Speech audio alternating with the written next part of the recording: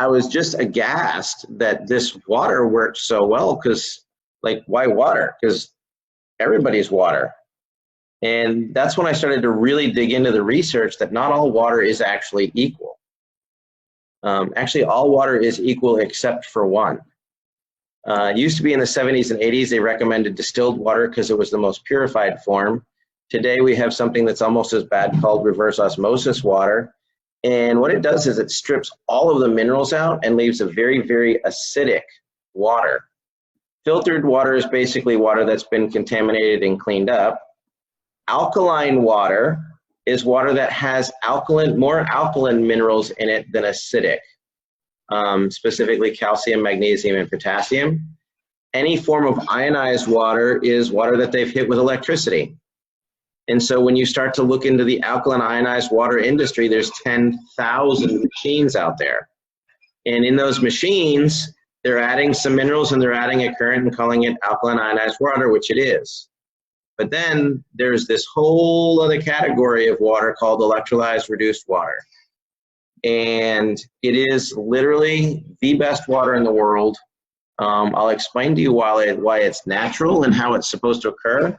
But the bottom line is everybody wants to ask me, well, like, is it going to help this? Is it going to help that?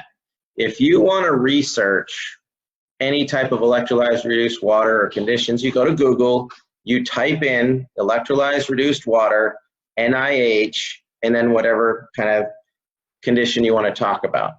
Here's where it talks about, from a genetic standpoint, the effects and the preservation that it does from oxidative stress damage. Anybody with MS, Parkinson's, diabetic neuropathy, Alzheimer's, Asperger's, all that stuff that's neurological, your inflammatory responses, fibromyalgia, those are all part of it. And they're now finding that electrolyzed reduced water helps with neurological conditions, specifically because of the hydrogen. There's articles on anti-aging and fertility, a lot of information on diabetes, free radical scavenging. And so this isn't just like, hey, Dr. Michael says you need to drink this. This is like peer-reviewed, National Institutes of Health, research, triple-blind studies, peer-reviewed journal articles that show this is the real deal. And the interesting thing is they use this stuff in hospitals all over the world. And the US is a little slow, a little bit behind on that. First thing I want to say is it's a piece of the puzzle. It is not a cure.